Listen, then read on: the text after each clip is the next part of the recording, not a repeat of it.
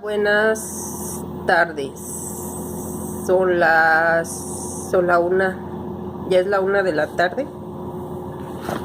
Ayer no les pude subir otro poquito de la lectura de la introducción de la Divina Comedia, pero ahorita lo vamos a hacer. Voy a continuar. Habíamos visto que nació Dante en Florencia en el siglo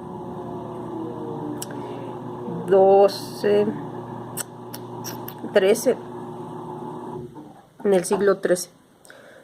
Bueno, y que era de familia descendiente de romanos, y que nació entre la última quincena de mayo y la primera de junio. Bueno, y pues era de una familia acomodada. Esta persona dice que que vivía en una mansión. Bueno, vamos a continuar. Dice, en adelante vivirá bajo el régimen de un partido único oficial. ¿Sí me quedé aquí?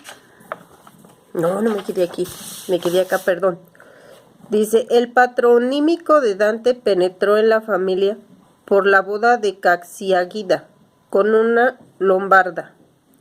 Uno de sus numerosos hijos, llamado Alighiero, transmitió a su descendencia su nombre de pila. Casado con la hija de un tal Belicione Berti. Alighiero tuvo dos hijos, Belo y Beliocione. De este último salió el segundo Alighiero, que por su matrimonio con Bela, hijo de Durante di Escolaio degli Abati, debía ser el padre de Dante. El futuro poeta no recibió las aguas bautismales hasta el 25 de marzo de 1266, 10 meses después de su venida al mundo. Tal demora en el bautismo, que hoy no dejaría de sorprendernos, debióse a la costumbre entonces vigente de esperar a bautizar en el sábado de gloria a los niños nacidos durante el año. Por su abuelo materno le fue impuesto el nombre de Durante, que se abrevió después en el de Dante. Hace el poeta frecuentes referencias a la antigüedad y nobleza de su familia. No hay por qué ponerlas en tela de juicio. Lo que sí nos consta es que era profundamente güelfa, como lo eran, por lo general, toda la pequeña nobleza florentina y la población artesana, en oposición a la nobleza feudal gibelina, que se valía de la protección del imperio para dominar la municipalidad. Mas aunque Dante proclama por boca de Farinata degli Uberti que sus mayores fueron decididos adversarios del partido gibelino, por lo que en 2 ocasiones hubieron de tomar el camino del destierro. Sus nombres no figuran en las crónicas de aquellas luchas, ni nos consta que ninguno de ellos sufriese menoscabo en sus pertenencias. Ignoramos todo lo referente a los primeros años de Dante, pero podemos formarnos una somera idea del ambiente en que discurrió su niñez, repasando las condiciones sociales y políticas que prevalecían en la Florencia de aquellos días. Repaso que por otra parte nos resultará útil en extremo para una mejor inteligencia de su obra literaria. A este efecto tenemos un valioso auxiliar, además de en las crónicas contemporáneas, en la extensa y documentadísima obra de Davidson. A mediados del siglo XIII no debía contar la villa de Florencia con más de 80,000 habitantes, que no alcanzaban a desbordar el segundo cinturón de murallas, comenzando a edificar en 1173. Por el sur limitaba con el Arno, cruzado entonces por un solo puente, y por el norte con el emplazamiento de la actual Santa María Novella. Los monumentos eran pocos y de escasas dimensiones. aunque las altas torres cuadradas, mansiones de poderosos clanes feudales, habían sido achatadas por la legislación popular de 1250. Seguían dominando el dédalo de estrechas callejuelas, que solo de vez en cuando morían en pequeñas plazoletas. Aquella Florencia, que a más rica poderosa cada día bajo el patronato de la Santa Sede, pronto se iba a poblar de edificios comunales, había vuelto definitivamente a poder de los güelfos. En adelante vivirá bajo el régimen de un partido único oficial, que aunque sufra cismas y divisiones en su seno, no modificará en lo más mínimo las grandes directrices de su política exterior, por agudas y profundas que se tornen a partir de 1295. Las rivalidades entre los diligentes güelfos no tardarán estos en volver a la concordia cuando, con Enrique VII o con un Luis de Baviera, renazca la amenaza imperial.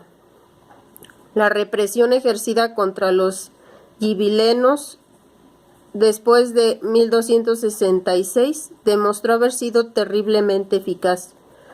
Represión tanto más drástica cuando que fue ejecutada por individuos que habían conocido la proscripción 2 veces en menos de 12 años. Llegando a su mitad del siglo XIII, vese la Toscana convertida en uno de los principales teatros de operaciones en el conflicto entre pontificado y el imperio. El emperador Federico II, por muy Hohenstaufen que fuese, resultaba la perfecta encarnación de un príncipe italiano, reinando sobre Sicilia y buena parte del sur de la península, y contando además con no pocos apoyos de la Baja Lombardía. Trataba por todos los medios de aprisionar en sus tenazas el territorio pontificio. Solo que para asfixiar a Roma y sus dependencias necesitaba ser el dueño de Toscana. A punto estuvo de conseguirlo en 1248. Fue entonces cuando los güelfos florentinos salieron por primera vez al exilio para volver a su ciudad 2 años más tarde, muerto ya el emperador. En 1260, Manfredo, hijo ilegítimo de Federico y heredero de todas sus ambiciones, restableció a los gibelinos en Florencia, como resultado del triunfo de sus partidarios en Monteparti. Por segunda vez parten los güelfos al destierro para no regresar hasta 1266, cuando Carlos de Anjou, llamado en ayuda de la Santa Sede, aplasta en Benevento a las huestes de Manfredo. Él mismo perece en el campo de batalla. Los güelfos florentinos habían sido vapuleados con demasiada dureza para que pudieran sentirse inclinados a clemencia. Por otra parte, tampoco sus adversarios se habían mostrado blandos, que digamos tras la jornada de Montaperti. No habían pensado en algún momento en arrasar la ciudad.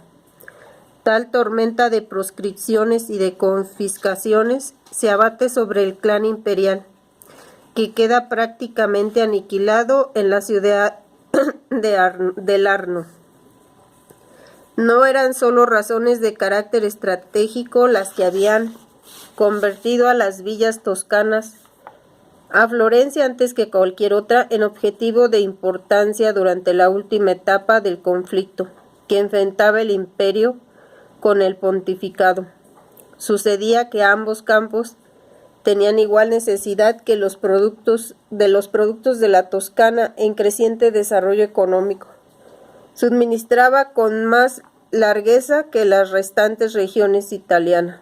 Pisa, cuya prosperidad, debida en buena parte al tráfico con el oriente, tocaba a su apogeo.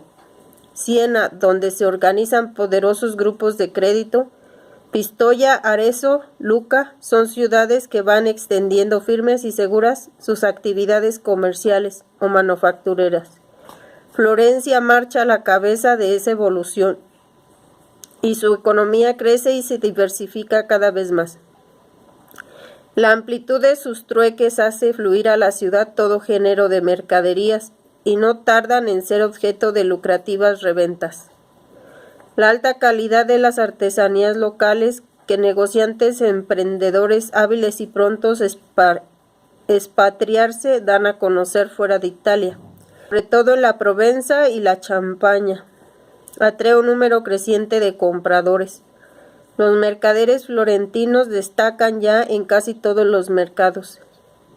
La emisión del florín de oro, la moneda del mejor ley y la más aceptada en Occidente durante el siglo XIII, secunda eficazmente la expansión comercial. Más aún que la orfebrería artística, prosperísima entonces, la acuñación de la moneda comienza a rendir a Florencia dividendos impresionantes. Bueno, vamos a ver. Aquí una cosa que quiero comentar. Esto que nos están platicando, están hablando de la política de Italia en el tiempo de su vida, de Dante, de sus orígenes, de su familia, de los problemas económicos, políticos y sociales que existían, para explicar de alguna manera la razón por la cual él escribe la Divina Comedia y el sentido, ¿no? Para que, hagan de cuenta. Yo, por ejemplo, tengo este canal de YouTube. En, no sé, 200 años o un milenio más, no sé, puede ser, quede este vestigio de lo que yo comparto con ustedes, de las cosas que me pasan y de todos los acontecimientos que ocurrieron en esta época que estamos viviendo ahorita.